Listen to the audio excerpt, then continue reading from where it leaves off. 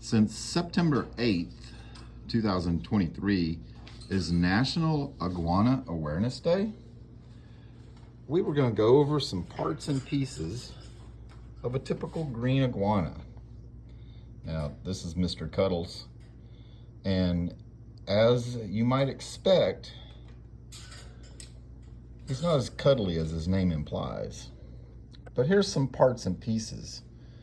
This is the nostril right here, and that is where he takes in oxygen. This is called a dewlap. There's actually a bone right here so that this flap of skin is used whenever he's mating and during his mating call and mating ritual. They have a lot of really keen adaptations. Stay tuned for more.